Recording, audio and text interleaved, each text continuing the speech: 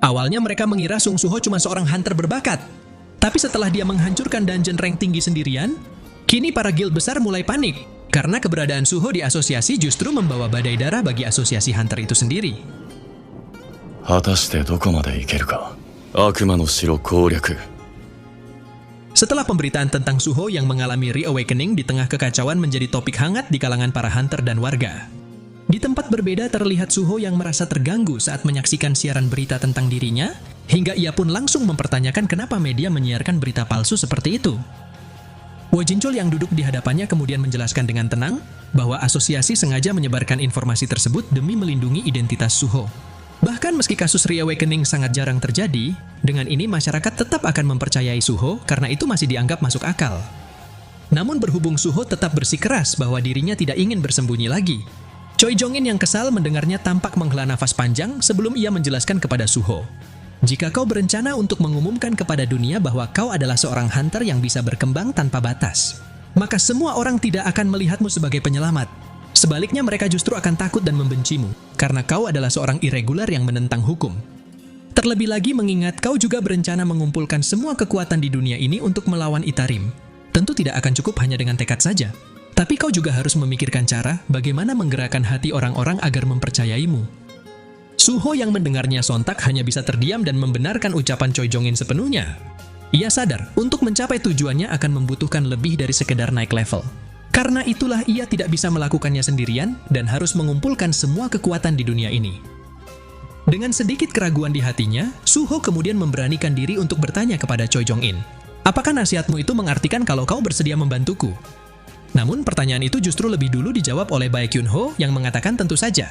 Selain karena kau adalah cucu dari Kapten Sung Il-hwan dan putra dari Hunter Sung Jin-wo harapan umat manusia, tindakanmu telah menggerakkan hatiku Sung Suho.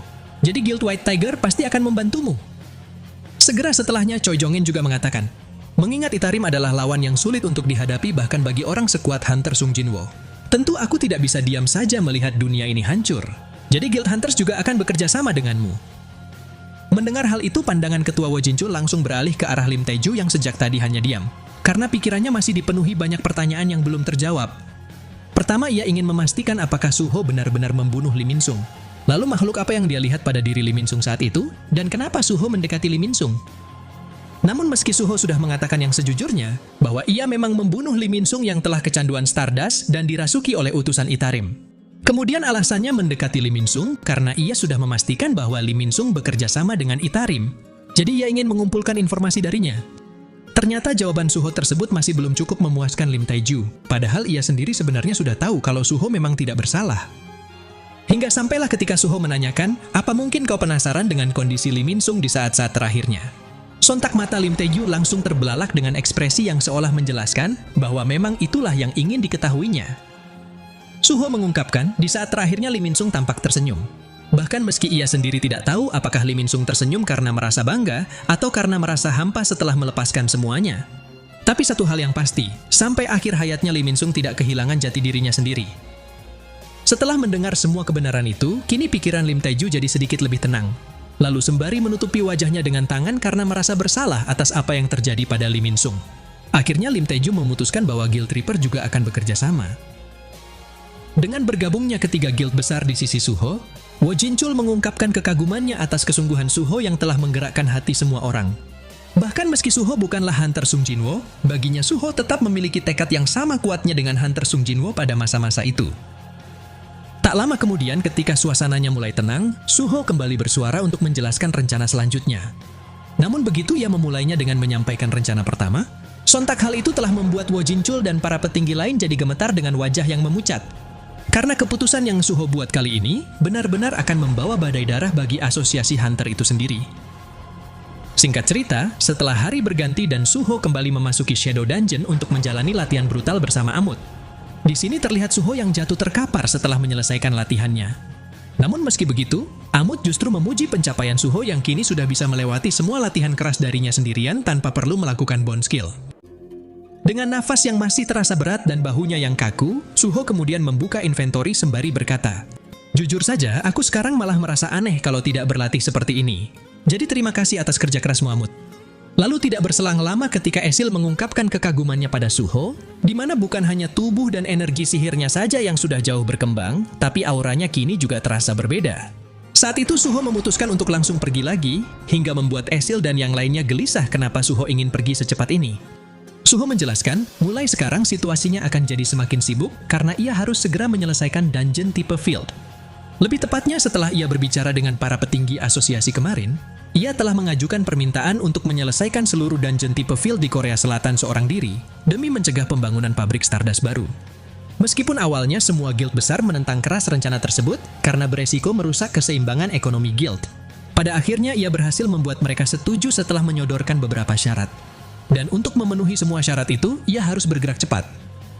Esil dan Gray yang mendengarnya tampak sangat bersemangat saat mereka menawarkan bantuan dan berharap Suho akan memanggil mereka. Namun ketika Suho mengatakan bahwa ia belum membutuhkan bantuan mereka, semangat yang tadinya membara seketika jadi padam karena rasa kecewa. Beberapa saat kemudian, scene berganti ke sisi luar dungeon tipe Field Rank D, memperlihatkan para hunter yang bersiaga menunggu Suho menyelesaikan dungeon tersebut. Baik Miho yang berdiri di antara para hunter itu tampak gelisah. Ia mempertanyakan sebenarnya apa yang dipikirkan para master guild mereka, hingga tiba-tiba menyerahkan hak kepemilikan semua dungeon tipe Field kepada satu individu begini. Terlebih lagi memikirkan Suho yang bahkan tidak membawa hunter rank A untuk memasuki dungeon, dan dia memanggil mereka kemari hanya untuk memenuhi kuota persyaratan raid saja. Yang dibuat penasaran dengan siapa Sung Suho sebenarnya bukan cuma Miho saja, tapi Son Ki-hun dari Guild Hunters juga penasaran, apakah Suho benar-benar bisa melakukan semuanya sendirian. Dimulai dari berburu monster, menambang, hingga mengumpulkan bangkai monsternya. Sampai di sini baik Miho masih berpikir sepertinya Hunter Sung Suho cuma membual soal kemampuannya. Tapi begitu mereka tiba-tiba mendengar suara gemuruh yang mengguncang area dungeon tersebut, sontak semuanya langsung terperangah tidak percaya, karena guncangan itu menandakan bahwa bos dungeonnya berhasil dikalahkan, padahal Suho baru memasukinya sejam yang lalu. Terlebih lagi ketika mereka melihat Suho dan pasukan bayangannya yang telah kembali dengan membawa banyak troli berisi kristal mana. Son Ki-hun dan Miho benar-benar dibuat terkejut, bagaimana bisa Suho mengumpulkan semua kristal ini sendirian hanya dalam waktu 1 jam. Lalu ketika Suho mengajak semuanya untuk langsung berangkat ke 3 dungeon tipe field berikutnya, sementara Dojin hanya tampak diam memperhatikan setiap pergerakan Suho. Di tempat berbeda terlihat Wo Jinchul dan para petinggi asosiasi yang sedang berjalan menuju ruang rapat. Baek Yunho yang mendengar Choi Jong-in mengungkapkan kegelisahannya, apakah memberikan semua hak atas dungeon tipe field kepada Suho sendirian adalah pilihan yang tepat. Padahal semua dungeon itu memiliki sumber kristal mana dan material yang tak terbatas. Lantas Baek Yunho pun mencoba menenangkan Choi Jong-in dengan berkata, sepertinya Master Choi Jong-in benar-benar gila uang. Tapi jika Outer Gods menghancurkan dunia ini, maka dungeon tipe field ataupun uang itu takkan ada nilainya lagi. Mendengar hal itu Choi Jong-in pikir apa yang dikatakan Baek Yunho memang benar. Namun entah kenapa ia merasa masih ada yang janggal. Sebab mengingat orang yang paling mendukung keputusan ini adalah Master Guild Reaper yang memiliki sebagian besar dungeon tipe field, Choi Jong-in pikir sepertinya dialah yang paling merasa bersalah. Lim Tae-gyu yang berjalan di sampingnya kemudian menanggapi. Setelah ditemukannya pabrik Stardust di dalam dungeon tipe field, menurutnya menghancurkan dungeon itu sama saja dengan memusnahkan Stardust yang telah menghancurkan Lee Min-sung. Jadi karena itulah ia setuju dengan keputusan tersebut. Sementara ketika Choi Jong-in kembali berkata dengan ekspresi penuh kekhawatiran, seandainya para penjajah dari luar angkasa itu jauh lebih kuat dibanding para monark yang pernah kita hadapi, lantas apa yang bisa kita lakukan? Ternyata kekhawatiran itu juga dirasakan Baek Yunho, karena ia sendiri tidak bisa berbuat apa-apa saat berhadapan dengan Beast Monarch di masa lalu. Namun ketika Wo Jinchul berkata, kenapa kalian malah jadi khawatir begini? Sontak semuanya langsung tersadarkan kembali, lalu Wo Jinchul kembali melanjutkan ucapannya. Kalian sendiri seharusnya juga tahu bahwa situasi ini tak terhindarkan. Tapi bagi Suho, dia pasti bisa melakukannya. Wo Jinchul kemudian juga mengingatkan mereka soal pembahasan di pertemuan sebelumnya. Yang mana ketika Choi Jong-in mengungkapkan kekhawatirannya bahwa penghapusan kepemilikan dungeon tipe field akan memicu perdebatan di antara para guild lain.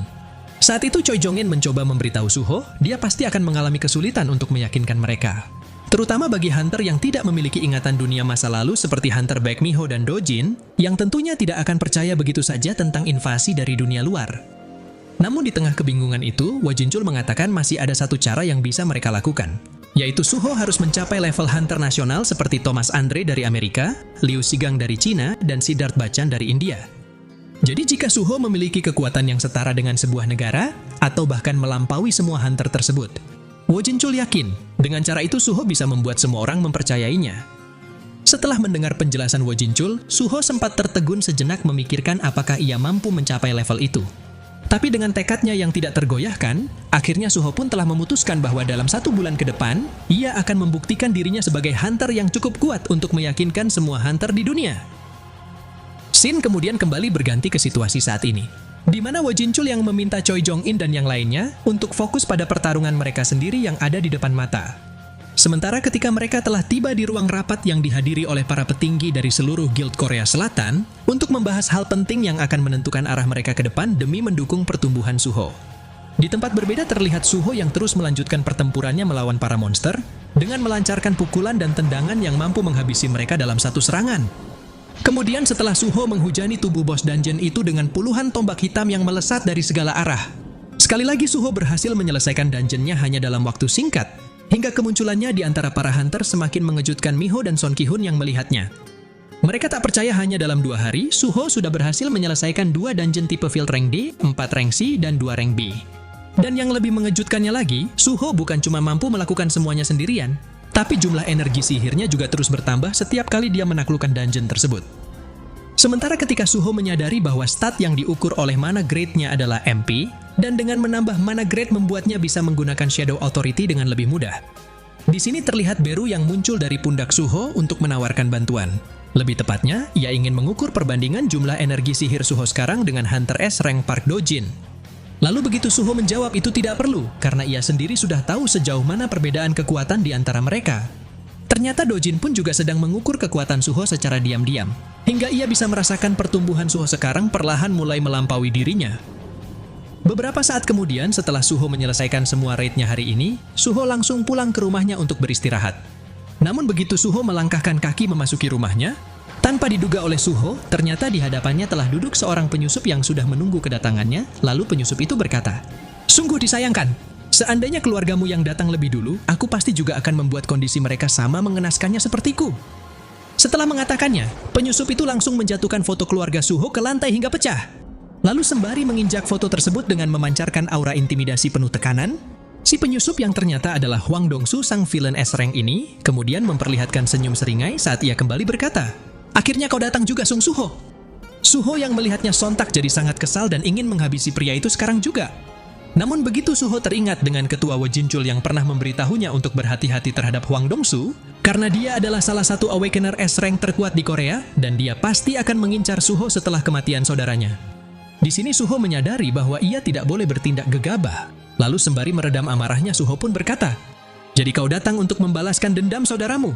Sayangnya bukan aku yang membunuh saudaramu, tapi pelakunya adalah pria yang bernama Kang Tae-sik." Hwang Dong-su yang mendengarnya sempat tidak menyangka kalau Suho bisa tahu tentang dirinya dan Kang Tae-sik.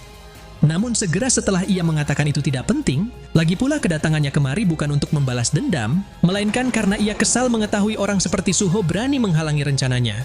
Suho langsung menanggapinya dengan membalas berkata, "Bajingan, ayo kita pindah ke tempat lain." Tapi berhubung Hwang Dong-su tidak mau mendengarkan ajakan Suho dan ia berniat bertarung di sini sekarang juga. Saat itu Suho sengaja memukul dinding rumahnya sampai retak, hingga secara otomatis sistem keamanan yang terpasang di rumahnya langsung mengaktifkan alarm peringatan berbahaya. Lalu setelah Suho kembali mengatakan, "Karena perusahaan keamanan dan hunter akan mengerubungi tempat ini dalam waktu kurang dari 5 menit, jadi apa kau masih tidak mau pergi mengikutiku?" Hwang Dong-su yang menyadari posisinya tidak menguntungkan jika ada banyak hunter yang terlibat. Akhirnya ia tidak punya pilihan selain mengikuti Suho sembari berkata, "Bocah keparat." Scene kemudian berganti ke sebuah pabrik terbengkalai yang menjadi tempat tujuan mereka. Dan di tengah keheningan yang mencekam dengan bau besi berkarat yang memenuhi udara di sekitarnya, Hwang Dong-su kemudian memulai percakapan dengan berkata, "Melihat kau tidak gentar di hadapanku, sepertinya rumor tentang reawakeningmu itu memang benar. Apa kau telah diklasifikasi sebagai S-rank?" Lalu setelah Suho menjawabnya dengan tenang, bukankah hasilnya tidak akan diketahui sebelum pengujian ulang? Di sini Suho juga ingin bertanya kepada Hwang Dong-su bagaimana dia bisa mendapatkan Stardust. Hwang Dong-su kemudian menjawab dengan balik bertanya, "Memangnya kenapa? Apa kau juga butuh obat awakening itu? Kau kira aku akan memberitahumu caranya, di saat mendapatkannya saja sangat susah." Namun tanpa ingin menunggu balasan dari Suho, saat itu Hwang Dong-su langsung melanjutkan ucapannya dengan berkata, "Hanya cecunguk yang akan bergantung pada obat sampah seperti itu. Kau pasti senang karena telah reawakening sebagai S-rank. Tapi biar ku beritahu, tidak semua S-rank itu setara." Nah, jadi inilah keseluruhan cerita dari video solo leveling Ragnarok kali ini. Terima kasih buat teman-teman yang sudah nonton sampai selesai. Kira-kira akan ada keseruan apalagi setelah ini? Tetap nantikan update video lanjutannya hanya di channel Onobe.